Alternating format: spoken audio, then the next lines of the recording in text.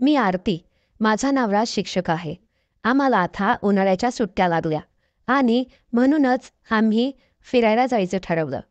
फिरायला जाताना मी, माझा नवरा आणि माझी बहीण आणि तिचा 18 वर्षाचा मुलगा असे आम्ही चौघेजण फिरायला गेलो. आम्ही महाबळेश्वरसारख्या चांगल्या ठिकाणी फिरायला गेल्यानंतर आम्ही एक हॉटेल बुक केलं. तसं आम्ही 4 ते 5 दिवस मुक्काम करणार होतो आणि नंतर आम्ही आमच्या बॅग वगैरे ठेवल्या. फ्रेश वगैरे झालो. आम्ही फिरायला गेलो. भरपूर काही फिरलो. खूप दमल्यानंतर आम्ही तेथेच एका छोट्याशा हॉटेलमध्ये जेवण करायचं ठरवलं आणि आम्ही तेथे जेवलो. माझ्या बहिणीचा नवरा हा 2 वर्षापूर्वी कार ॲक्सिडेंटमध्ये एक्सपायर झाला होता. त्यामुळे तिला सांभाळणारं कोणीच नव्हतं. तीही एका मेसमध्ये चपात्या बनवायला जात असायची. तिथे तिला 5,000 रुपये मिळत असायचे आणि तिचा मुलगा तो कॉलेजला होता. त्याचे नाव पियुष होतं. पियुष हा 12वीला होता आणि त्याचा सर्व खर्च माझी बहीण तिच्या येणाऱ्या पगारातून भागवत होती. ती चपात्या बनवायला जात असायची.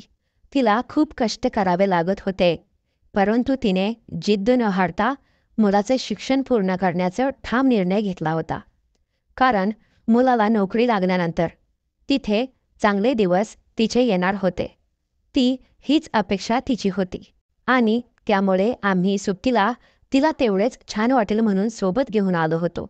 माझ्या नवऱ्याचा स्वभावही तसा खूप शांत होता. त्यालाही खूप आनंद झाला होता आणि मलाही. आम्ही फिरायला आल्यानंतर हॉटेलमध्ये आम्ही 2 रूम बुक केल्या होत्या. मी आणि माझ्या नवऱ्यासाठी एक आणि माझी बहीण आणि तिच्या मुलासाठी. मग आम्ही संध्याकाळी झोपल्यानंतर अचानक दाराची कडी वाजली. मी दार उघडलं आणि माझी बहीण होती दारात. मी तिला विचारलं, काय झालं? ती म्हणाली, अगं, मला पलीकडच्या रूममध्ये झोप येत नाहीये. खूप कसं तरी होतंय. तू येतेस का माझ्यासोबत झोपायला? तिने असं म्हटल्यानंतर मी माझ्या नवऱ्याला विचारलं. तो म्हणाला, जा. म्हणतो तिला तेवढेच बरं वाटेल आणि म्हणाला, पियुषला माझ्याकडे पाठवून दे. आम्ही दोघे झोपतो. मीही म्हटले, ठीक आहे. मी शेजारीच खोलीमध्ये माझ्या बहिणीसोबत झोपायला गेले आणि या खोलीमध्ये आत गेल्यानंतर मी पाहिलं की पियुष हा पूर्ण झोपी गेला होता. त्याला छान झोप लागली होती. आता त्याला झोपेतून उठून माझ्या नवऱ्यासोबत पलीकडे खोलीमध्ये पाठवणं मला खूप चुकीचं वाटत होतं. म्हणून मी त्याला उठवलंच नाही. मी माझ्या नवऱ्याला सांगून आले, पियुष झोपला आहे. त्याला उठवायला नको. तुम्हीही झोपा. माझा नवरा हे म्हणाला, ठीक आहे. त्यानंतर मी, माझी बहीण आणि पियुष आणि त्या खोलीमध्ये ते घेऊन झोपलो. 2 तासानंतर माझ्या बहिणीला शांत झोप लागली. तिला शक्यतो झोप लागत नसायची. तिला झोपेच्या गोळ्या चालू होत्या. तिने गोळ्या खाल्ल्यानंतर तिला 2 तासाने शांत झोप आली. आता ती रात्रभर उठणार नव्हती. मीही झोपले होते आणि माझ्या शेजारीच पियुष झोपला होता. झोपेतच पियुषचा पाय माझ्या पायावर पडला. त्याला मी डोळे उघडून पाहिलं तर पियुष हा झोपेतच होता. मी पियुषला तोंडावरून हात फिरवला आणि त्याचा पाय हळूच मी उचलून खाली ठेवला आणि पुन्हा मी झोपी गेले. पुन्हा काही वेळाने पियुष मला चिटकायला जवळ आला होता आणि त्याने मागून मला घट्ट पकडलं. पियुष हा जागाच होता, फक्त झोपायचे नाटक करत होता. हे मला समजून आलं जेव्हा त्याने झोपेत असताना माझ्या छातीवरती हात ठेवला आणि तो दाबू लागला. तेव्हा मला हे सर्व समजलं.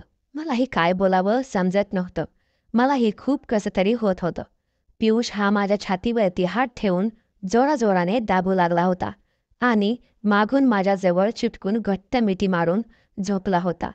काही वेळ गेल्यानंतर त्याने मला त्याच्याकडे फिरवलं आणि तो माझे चुंबन घेऊ लागला होता आणि माझ्या बहिणीचा मुलगा होता. मी हे विचार केला की लहान आहे, त्याला काही समजत नाही. अजून ठीक आहे म्हणून मीही लक्ष दिलं नाही. मात्र चुंबन घेत घेत त्याने त्याचा हात माझ्या साडीमध्ये टाकला आणि कमरेपासून माझी साडी त्याने काढायला सुरुवात केली. हळूहळू त्याने माझी साडी पूर्ण काढली. आता माझ्या अंगावरती मोजकेच कपडे शिल्लक होते आणि त्याने त्याची पॅन्ट काढली. मी पियुषला म्हणाले, पियुष, अरे हे काय करतोयस तू? तसा पियुष मला म्हणाला, काही नाही, शांत बसा, म्हणून त्याने माझ्यासोबत सर्व काही करायला सुरू केलं. पियुषने मला झोपेतून उठवून साईटला बोलावलं. शेजारी असलेला सोफा त्यावरती पियुषने मला पालतं झोपायला लावलं आणि मागून माझा सर्व कपडा वर केला आणि तो माझ्यासोबत सेक्स करू लागला. माझ्याही तोंडातून खूप वेगळा आवाज येत होता. पियुष हा थोडासुद्धा शांत न होता जोराजोरात मागून धक्के देऊ लागला आणि त्याने मी ओरडत असल्यामुळे त्याला जास्तच मूड आला होता. तो माझ्याशी भरपूर सेक्स करत होता. मला काहीच समजत नव्हतं. शेजारील खोलीमध्ये माझा नवरा एकटाच झोपला होता आणि मी बहिणीच्या खोलीमध्ये झोपायला आले होते आणि माझ्या नवऱ्याला हे माहिती नव्हतं की या खोलीमध्ये पियुष माझ्यासोबत सेक्स करतोय आणि पियुष त्याला हवं तसं माझ्यासोबत पूर्णपणे शरीर सुख घेत होता. पियुषने मला आता खाली बसवलं होतं आणि तो सोफ्यावरती बसून त्याने आता मला मांडीवरती घेतलं होतं आणि पुन्हा त्याचा कार्यक्रम सुरू झाला. मी ओरडत राहिले, पियुष बास सोड. आता पियुष सोडायला तयारच नव्हता. पहाटेचे 4 वाजले. पियुष आता शांत झाला होता.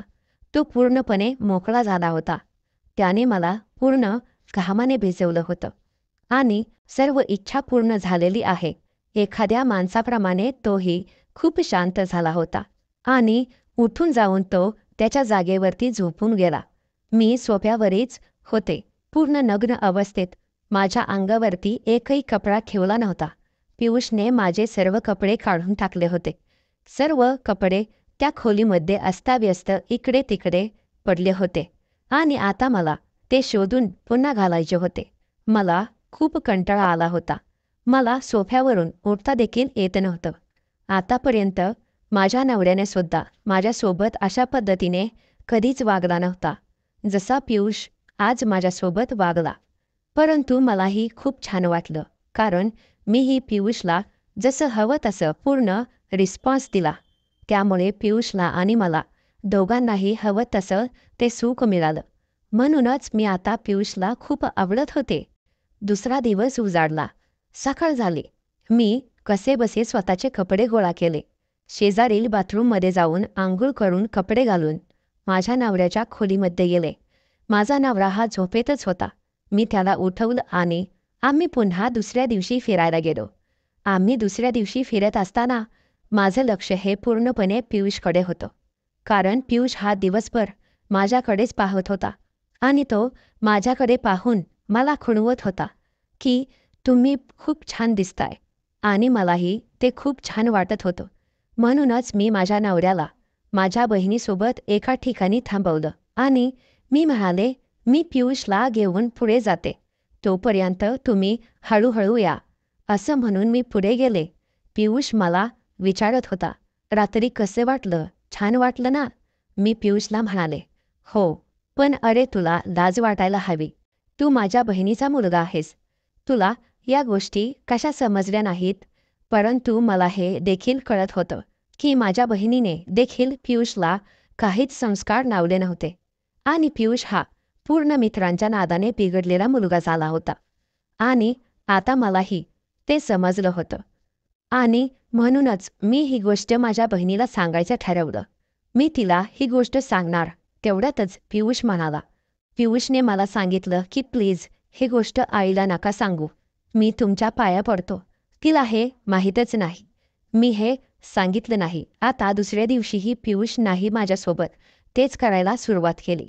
माझी बहीण गोळ्या खाऊन झोपून गेली आणि पुन्हा पियुषने मला उठवून सोफ्यावरती नेलं.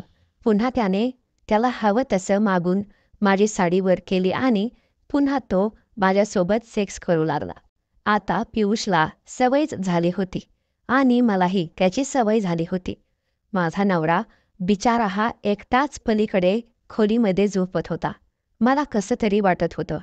पियुष हा पूर्ण माझं शरीर दाबत होता, चोळत होता आणि मागून त्याने माझी साडी पूर्णपणे वर केली होती आणि आता माझ्या अंगावरती एकही कपडा ठेवला नव्हता. माझ्या अंगावरील सगळीच कपडे त्याने काढून टाकली होती. आता मी पूर्णपणे नग्न अवस्थेत त्याच्यासमोर उभे होते आणि पियुषने माझ्यासोबत हवं ते करत होता आणि मलाही ते खूप छान वाटत होतं. आता मला आनंद झाला होता, कारण माझा नवरा शेजारी झोपायचा आणि आमच्या दोघांचा कार्यक्रम सुरू असायचा. माझी बहीण झोपल्यानंतर आम्ही दोघं हवं तसं एकमेकांशी शरीरसुख घेत होतो. आता उद्या आम्ही घरी जाणार आहोत. दुसऱ्या दिवशी आम्ही सर्व काही बॅग पॅकिंग करून आम्ही तिथून निघून घरी आलो. घरी आल्यानंतर दुसऱ्या दिवशी माझी बहीण आणि पियुष त्यांच्या गावाला जाणार होते आणि माझा नवरा हा शाळेवरती जाणार होता. दुसऱ्या दिवशी मला नवरा शाळेवरती गेला आणि माझी बहीण मला म्हणाली, "अगं, मी पियुषला घेऊन जात आहे." तसं पियुष त्याच्या आईला म्हणाला, "अजून माझ्या सुट्ट्या आहेत शिल्लक."